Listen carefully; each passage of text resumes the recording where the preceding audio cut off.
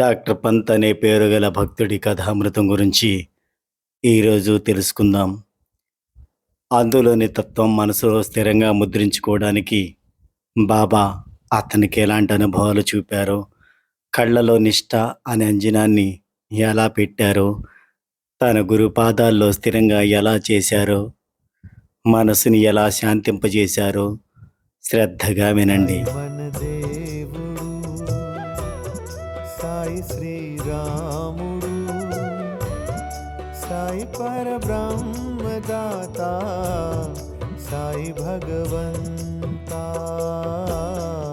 ఒకసారి పంత్ అనే పేరుగల భక్తుడు తన మిత్రుడితో కలిసి సాయి దర్శనం మీదున్న కోరికతో గొప్ప ప్రయత్నంతో షిరిడీ వచ్చాడు. అతని ఇదివరకే ఓ గురువు అనుగ్రహాన్ని పొంది ఉన్నాడు. తన గురువు చరణాల్లో అతని మనసు స్థిరమైంది. అసలు షిరిడీ తనెందుకెళ్ళాలి అని అతని మనసులో అనుమానం కూడా ఉత్పన్నమైంది.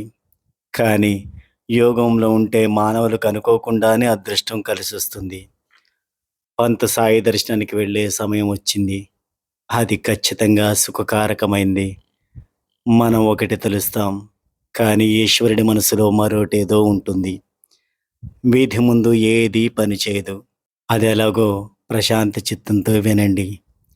షిరిడీకి యాత్ర చేయాలని నిశ్చయించుకుని కొంతమంది ఆనందంగా ఓ చోట కలిసి తమ ఇళ్ల నుండి బయలుదేరి రైలు బండిలో కూర్చున్నారు. ఈ భక్తులు బండిలో ఎక్కినప్పుడు అక్కడే అనుకోకుండా ఈ పంతు కూడా కూర్చుని ఉన్నాడు. మాట్లాడుతూ ఉండగా మీరంతా షిరిడీకి వెళుతున్నారని పంతుకు తెలిసింది. ఆ భక్తుల్లో కొందరు పంతు స్నేహితులు, అందులో పంతు వియ్యంకుడు, వియ్యపురాలు కూడా ఉన్నారు. పంతు మనసులో అసలు ఆ ఆలోచన లేకపోయినా బలవంతంగా వాళ్ళు షిరిడీ రండి అని అడిగి అతన్ని ఒప్పించారు. మొదట పంత్ తను వెళ్ళవలసిన చోటుకి టికెట్ కూడా కొన్నాడు. కానీ తర్వాత అతని ఆలోచన మారిపోయింది. అతను విరార్ స్టేషన్లో దిగాడు. భక్తులు ముంబైకి వెళ్ళిపోయారు. పంత్ కూడా తన గురువు అనుమతి తీసుకొని ఖర్చు కోసం అప్పు చేసి మిత్రుల మనసు నొప్పించకూడదని ముంబైకి వెళ్ళాడు. అప్పుడు అందరూ కలిసి ఆనందంగా షిరిడీ వచ్చారు. ఉదయం సుమారు 11 గంటలకి వారంతా మసీదుకి వెళ్ళారు.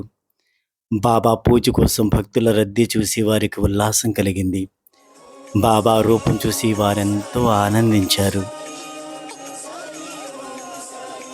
ఇంతలో పంతుకు కళ్ళు తిరిగి స్పృహ తప్పిపోయాడు. అతని ప్రాణం నీరసపడింది. శరీరం చలనరహితంగా అయింది. అది చూసి అతనితో పాటు వచ్చిన వారికి చింత కలిగింది. వారి మనసు ఎంతో అశాంతికి లోనైంది.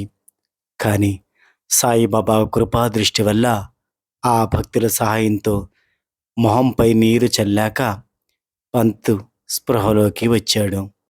పూర్తిగా అతను స్పృహలోకి వచ్చి నిద్ర నుంచి మేలుకున్నట్లు కంగారుగా లేచి కూర్చున్నాడు. సాయిబాబా సర్వజ్ఞులు. పంతు మొదటే ఓ గురువుకి శిష్యుడు అని ఆయనకు తెలుసు. కనుక అతనికి ధైర్యం చెప్పి బాబా అతని గురువు వద్దే స్థిరంగా ఉంచేశారు. అప్పుడు బాబా పంతుతో చెప్పిన మాటల్ని ఇప్పుడు విందాం. ఎలాంటి సందర్భంలోనూ తమ స్థానాన్ని వదలకూడదు. సదా సర్వదా తమ స్థానాన్ని అంటిపెట్టుకొని ఉండాలి. ఏకనిష్టతో సమస్త గురువుల ఐక్యతని గుర్తుపెట్టుకోవాలి అన్నారు. పంతుకి అదంతా బోధపడింది. తన గురువుని గుర్తు చేసుకొని సాయిబాబా కరుణను జన్మంతా గుర్తుపెట్టుకున్నాడు పంత్. బాబా ఆ భక్తులతో మాట్లాడిన మాటలను బట్టి అతనికి బాబా వేరు, తన గురువు వేరు అనే భావం ఉండబట్టే అతను కళ్ళు తిరిగి పడిపోయారు. కాబట్టి బాబా ఏకనిష్టతో సమస్త గురువుల ఐక్యతను గుర్తుపెట్టుకోవాలి అన్నారు.